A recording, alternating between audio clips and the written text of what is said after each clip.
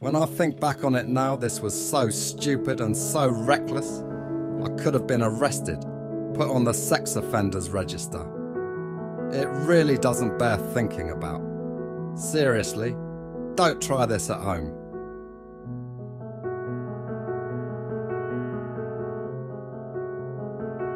Life is a series of unexpected twists and turns, isn't it? One minute, you're sitting with your mates in a quiet pub, and the next, you're embroiled in a game of truth or dare, the outcome of which would set the tone for my romantic life in ways I never imagined. So there I was, pint in hand, the air heavy with laughter and the aroma of real ale. When my turn came, I, feeling brave and a tad bit reckless, chose dare.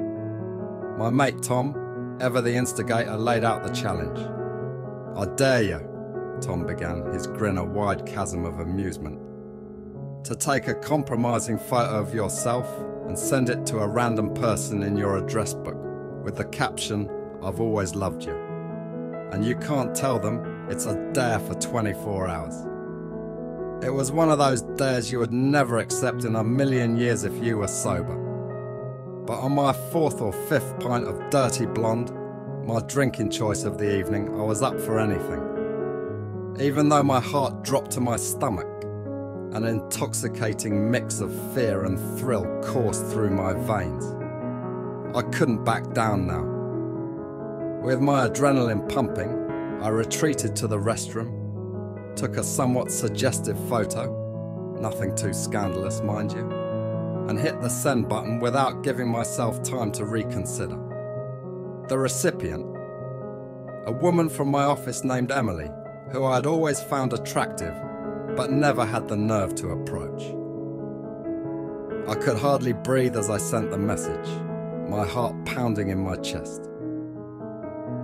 A moment later, my phone vibrated. Her reply was simple, yet electrifying. Really? I spent the next 24 hours in a strange daze. The dare was hanging over me like a dark cloud, but there was also an odd sense of anticipation.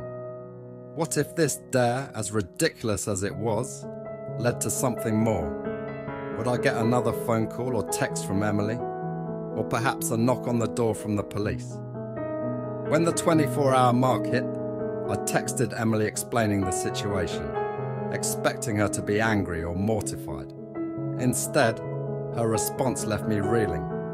She texted back, "That's a relief. I thought it might have been a dare, but here's the thing, I wouldn't have minded if it wasn't."